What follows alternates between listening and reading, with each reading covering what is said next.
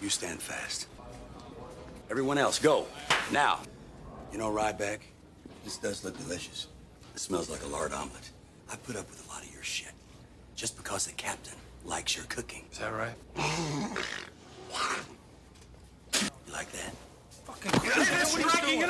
A large ship moves through rough waters. The commander monitors the instruments. This is the USS Missouri. Commander Krill interrupts a conversation, warning that the moment is inappropriate. Casey agrees for once, explaining that he needs to prepare 50 gallons of soup for the captain's upcoming birthday. The captain allows him to leave and orders him not to return until the celebration is over. After Casey leaves, Krill asks why the captain tolerates the petty officer, even if he cooks well. The captain shrugs, says he does not know, and advises leaving the cook alone. A television report announces that President Bush will visit the Missouri to inspect the ship before its decommissioning and final voyage to San Francisco, where its weapons will be permanently removed. Look at the money they're spending on this photo opportunity.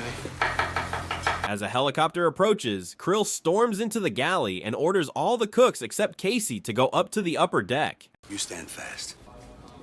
Everyone else, go. Now. You know, Ryback, this does look delicious. It smells like a lard omelet. I put up with a lot of your shit. Just because the captain likes your cooking. Is that right? You like that? Striking an officer! Throwing in a brig! Nobody goes to the brig without the old man's signature. Secure him in the meat locker. Now. Steele. Private Nash, you came on aboard in Hawaii. He is an extreme psychopath. No one is to speak to him. No one is to let him out. Outside, a helicopter arrives carrying William Stranix, a woman named Jordan Tate, and several others. Stranix smiles smugly, saying he likes the idea of a party at sea. Jordan says she hopes she will not get seasick. In the galley, Casey shouts at Nash to take the pies out of the oven, while Jordan goes to a cabin and takes medication given to her by Krill. Up on deck, the celebration begins, and William gives a speech. Private says he has orders not to speak to the cook. I have orders not to talk to you. Do you understand? I have orders. Trying to free himself, Casey warns that keeping him locked up could cause trouble for Nash and advises contacting the captain. A waiter carries food down to the engine room. Krill returns dressed in women's clothing, and the guests laugh at him. The cook asks where Casey is and learns that he has been locked in the galley. Where's Chief? We locked him in a meat locker until after the party. Nash reports smoke somewhere on the ship, and the petty officer again demands that the pies be taken out. Krill enters the captain's cabin and announces that he is the captain's companion for the evening. During the party, William asks who the highest-ranking officer present is. The operations officer, third in command, stands up. William suddenly shoots him, and chaos erupts. People grab weapons. Krill shoots the captain and the Marine guarding him. In the engine room, sailors are attacked, dragged away, and shot if they resist. Commander Krill? Get your hands on your head. Get him on your head. Turn around. Where's the cook? In the reefer.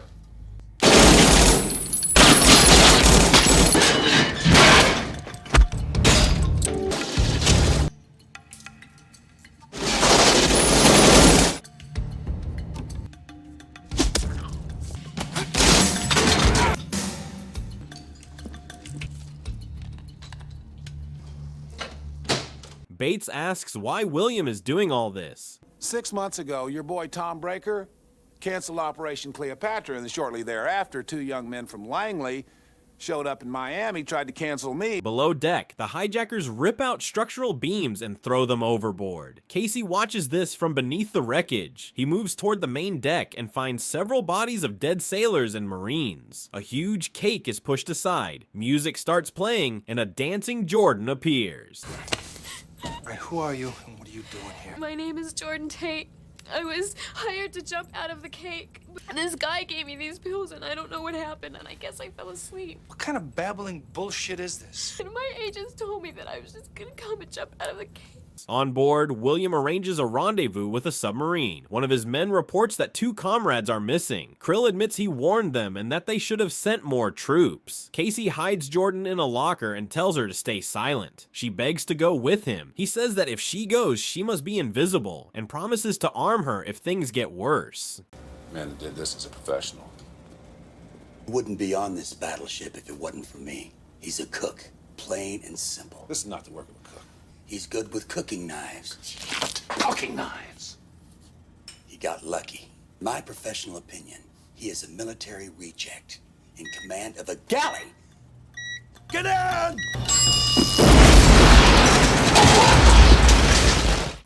Like a car phone. Yeah, something like that. Excuse me, Admiral. This is Spat. You know Casey Ryback? Chief Ryback? Yes, sir. He's top hand in the teams. Should we add him on this mission? Well, maybe we can. He just reached us on the SEAL's magnaphone. He's on the Missouri. What? Can you estimate the size of the force we're dealing with here? I'd say about 30, sir. Affirmative. I want you to coordinate your efforts with us. You understand? I better get off, sir, before they pick up the signal. Get back. You're not a cook.